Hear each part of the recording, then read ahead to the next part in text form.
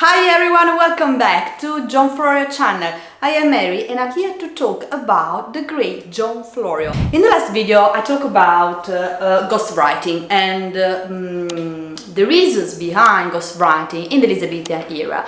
And I show you the main reason why John Florio decided in 1591 to begin ghostwriting and to collaborate with other colleagues writers but anonymously. The main reason was that in 1591 John Florio writes that he has received a death threat. But if we look at Florio's works, from the very first work, First Fruits, published in 1578, Florio already wrote that he encountered xenophobic problems.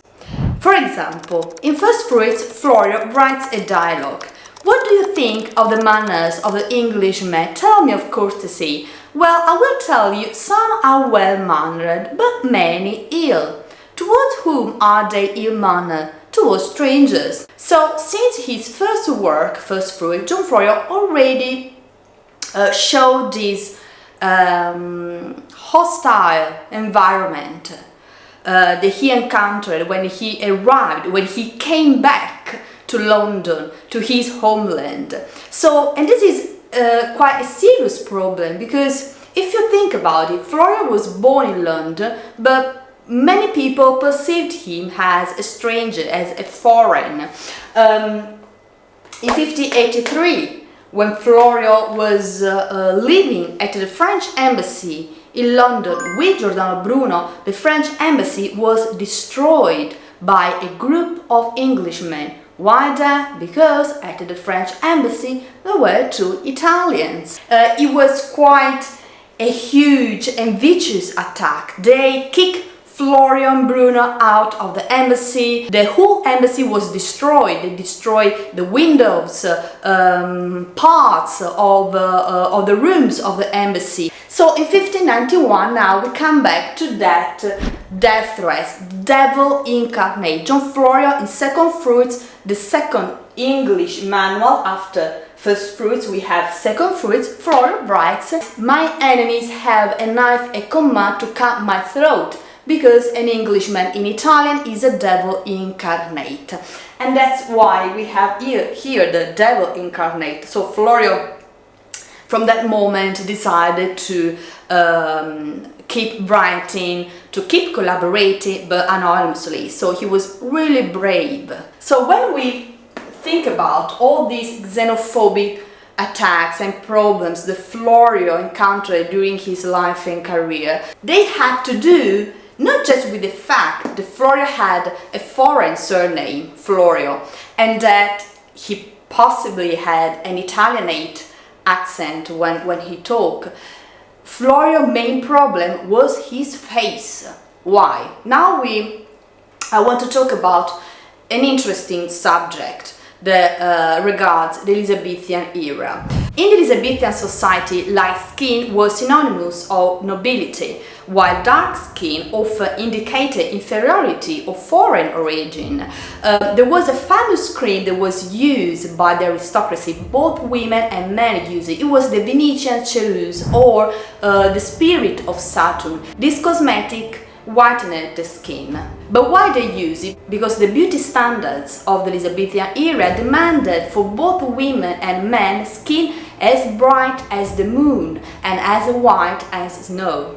A pale complexion was associated with a house status, with the aristocracy, and with beauty. Why? Because outdoor workers often had tanned skin, while the aristocracy could afford to stay indoors. In this environment in which both women and men used white skin because it was a synonymous of nobility and synonymous of beauty, John Florio was considered ugly. If we look at Florio's portrait made in 1611, we see a good-looking, well-groomed man. But at the time, Florio was considered ugly. Why? Because he had a dark Mediterranean complexion that, in the Elizabethan era, was synonymous of ugliness. In fact, one of Florio's contemporaries, William Cornwallis, once said that Florio was more fortunate in his life for his wit, less for his face. But this wasn't the last xenophobic attack that Florio received during his career. There were many. For example, on May 5, 1593, a handbill was attached in front of the door of the Austin Friar, the church where Michelangelo Florio, John Florio's father, once worked as Italian preacher. This handbill accused strangers and aliens of merely posing as Protestants to enter England and taking the bread out of English mouths. This resulted in several arrests. Two are most famous, that of Christopher Marlowe and Thomas Kyd. So were they involved in these xenophobic attacks directed to strangers and to Florio as well? Why they were arrested? Marlowe and Kyd were arrested because these handbills were signed Tamberlaine. Now, we know that soon later Marlowe died, so we possibly will never know the truth about this xenophobic attack. But Thomas Kyd was arrested, but he never confessed the truth.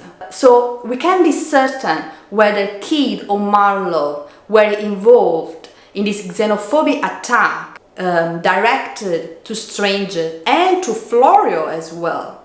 But think about the environment, the theatrical environment in which we have dramatists that are against strangers and against foreigners. Of course, Florio had to work as a ghostwriter.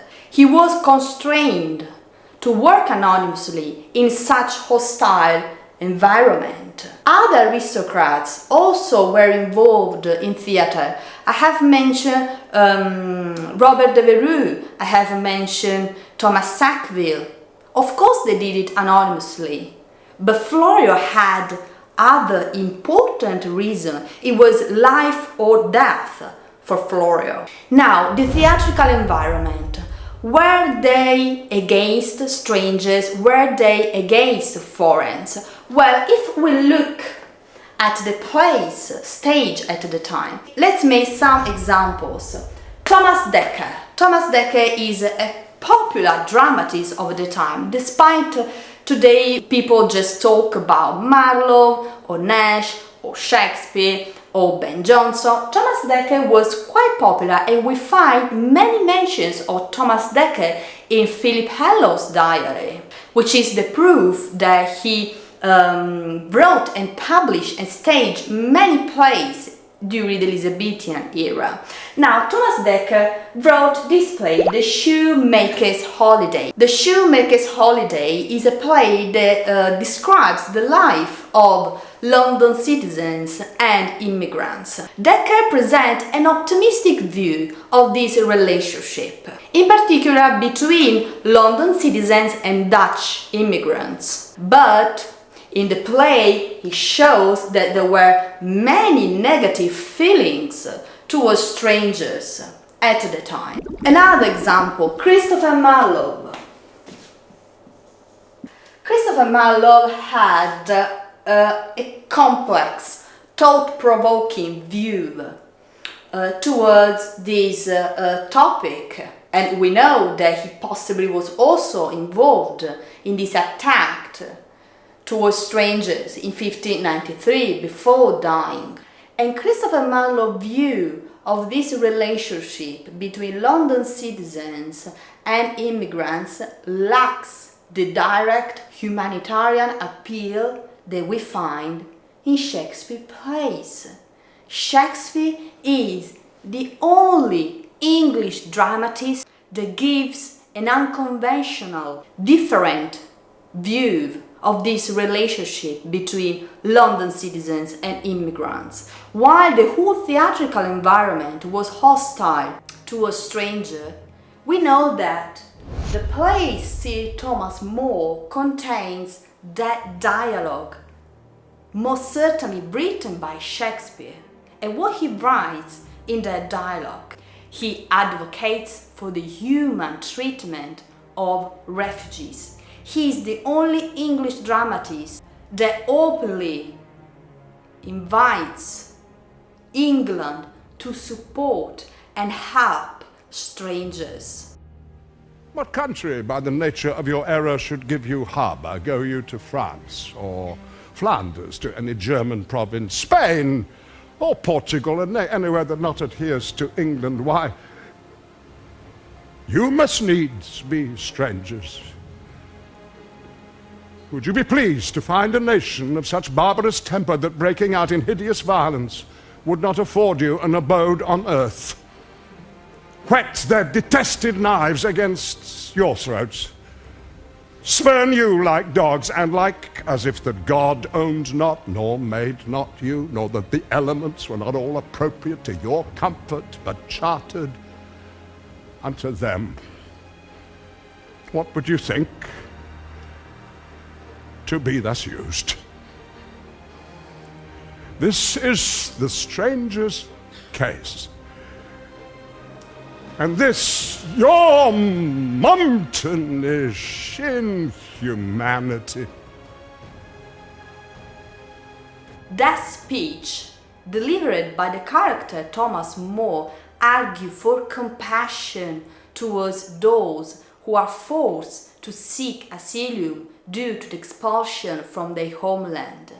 Does this story remind you of someone who was forced to leave his own country and his own homeland, and then came back after several years and treated as a foreigner? We know that Sir Thomas More was a play never completed, but it provides historical context for modern debates about immigration. So in this environment, we have someone as Shakespeare who stands out from the crowd or other dramatists and asks his own country to help refugees. Now, was Florio attacked during his career just for this reason?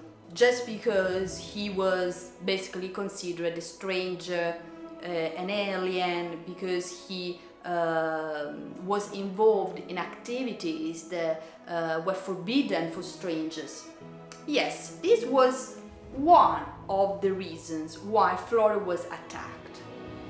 Now, that's a really interesting story, because you should know that when Florio was attacked by his enemies were people like John Eliot, who was a writer and a linguist like John Florio, and people like Thomas Nash. So did they attack John Florio just because he was a stranger? No. And Florio had his faults. In the next video, I'll show you the whole war between John Florio and his enemies that will lead to the Shakespeare story. Stay resolute. Bye.